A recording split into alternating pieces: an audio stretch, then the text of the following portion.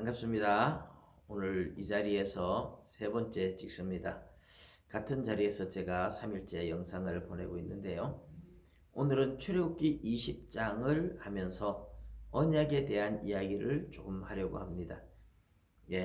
하나님께서 이스라엘 백성들과 언약을 맺을 때에 언약의 가장 핵심 요소가 뭐냐 하면 하나님은 이스라엘 백성들의 하나님이 되시고 이스라엘 백성들은 하나님의 백성, 하나님은 이스라엘의 하나님, 이스라엘은 하나님의 백성. 그것입니다. 하나님과 이스라엘 백성들이 하나님을 왕으로 모시고 살아가는 하나님 나라 백성이 되는 거예요. 이 이야기는 창세기부터 시작해서 요한계시록까지 계속 이 이야기가 나옵니다. 그는 내 백성이 되고 나는 그들의 하나님이 되겠다.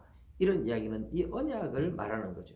내가 언약을 맺었고 언약 백성으로 그들은 내 백성, 나는 그들의 하나님이다. 이 이야기를 합니다.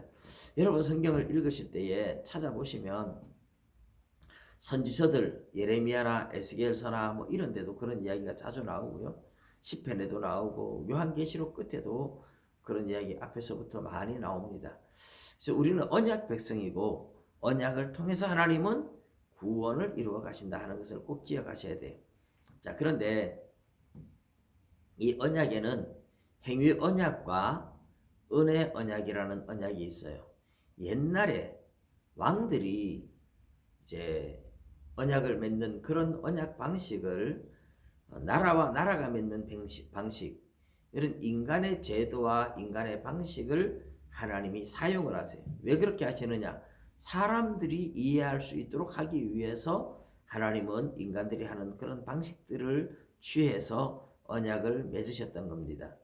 근데 행위 언약이라고 하면 우리 인간의 행위에 따라서 운명이 결정되는 것이 행위 언약이에요. 행위 언약이 두 번 있었습니다. 하나님께서 에덴 동산에 사는 아담에게 맺으신 언약이에요. 여러분, 아담과 맺은 언약은요, 이미 제가 창세기 2장에서 이 이야기를 조금 나누었지만 오늘 여기서 또 구체적으로 좀 나눌 텐데, 하와가 만들어지기 전에, 창조되기 전에 하나님이 아담과 언약을 맺었습니다. 그래서 아담이 범죄하지 않으면 아담에게 속한 세상, 하나님이 아담에게 명령을 했잖아요. 세상을 정복하고 다스리라고. 아담에게 모든 걸 맡겼습니다. 그래서 아담이 죄를 짓지 않으면 아담에게 속한 모든 세상이 평화를 누리며 계속 살지만, 아담이 범죄하면 아담에게 속한 모든 세상이 함께 저주 속으로, 사망 속으로 떨어지는 겁니다. 굉장히 중요한 원리예요. 그냥 아담의 피를 물려받았기 때문에 아담의 아들이 같은 죄인이 된다. 우리는 흔히 그렇게만 알고 있지만, 물론 아담의 피를 물려받은 인생들이 아담의 원죄를 가지고 태어나죠. 그러나 아담의 피를 물려받지 않은 자연 만물은 어떻게 죄 아래 빠질까요? 아담에게 속했기 때문에 그렇습니다. 하나님이 온 세상을 아담에게 다 맡겼기 때문에 아담에게 속한 세상에 사망이 왕노릇하는 겁니다. 아담 아래에 있는 세상은 다 아담 아래서 사망 속으로 빠져들어간 겁니다. 아담의 죄 때문에, 언약을 어겨서. 근데 이제 두 번째 행위 언약은 하나님 아버지와 하나님의 아들 예수님이 맺은 언약이죠. 이제 사실은 엄밀하게 말하면 성부, 성자, 성령 삼위 하나님이 협의해서 맺은 언약이다. 이래서 구원 협약이다. 이런 말을 씁니다. 구원 협약.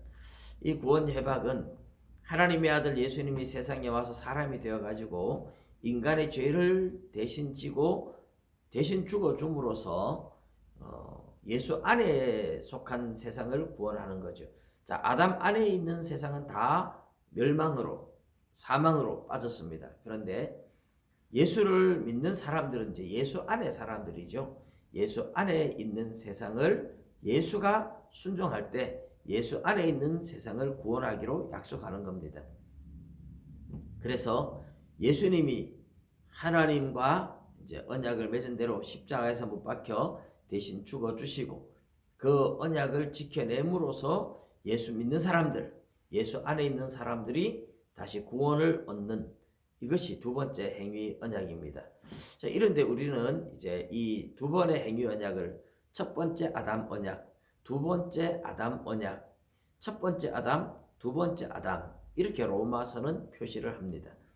왜 이렇게 예수님이 언약을 맺을 수 있고 아담이 맺느냐 하면, 아담은 인류의 대표잖아요. 첫 사람이니까 인류의 대표죠. 그리고 죄가 없어요. 죄가 없으며 대표성이 있어야 하나님과 언약을 맺을 수 있는 거죠. 그래서 아담이 맺었던 거고, 두 번째 아담이신 예수님도 마찬가지입니다. 죄가 없는 사람으로 세상에 오셨죠. 그래서 성령으로 잉태되어서, 죄 없는 인간으로 오기 위해서 성령으로 잉태되어서 오신 겁니다.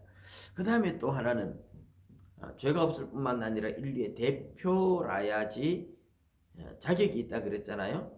근데 예수님이 새로운 인류의 대표입니다. 새로운 인류라는 것은 예수님이 부활하셔서 아담과 같은 인류가 아닌 죽지 않는 영광스러운 몸을 입은 인류. 예수님 부활하셨고, 예수님을 믿는 모든 사람들도 동일하게 예수님과 같은 몸으로 부활할 겁니다.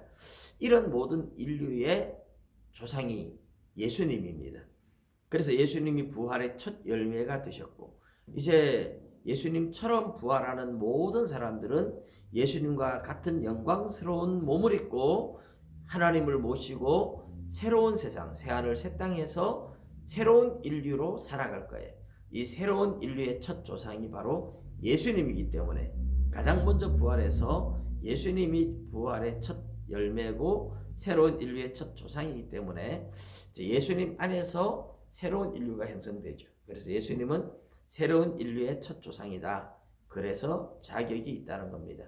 이 두 번의 행위 언약을 통해서 하나님이 아담 안에서 세상을 저주로, 예수 안에서 생명으로 허락하셨는데, 여러분, 예수님을 믿는 사람은 예수 안에서 그 생명을 함께 누리는 사람들이 되고, 예수를 믿지 않는다 이 말은 나는 아담 안에 있고 싶다 이런 뜻이 되죠.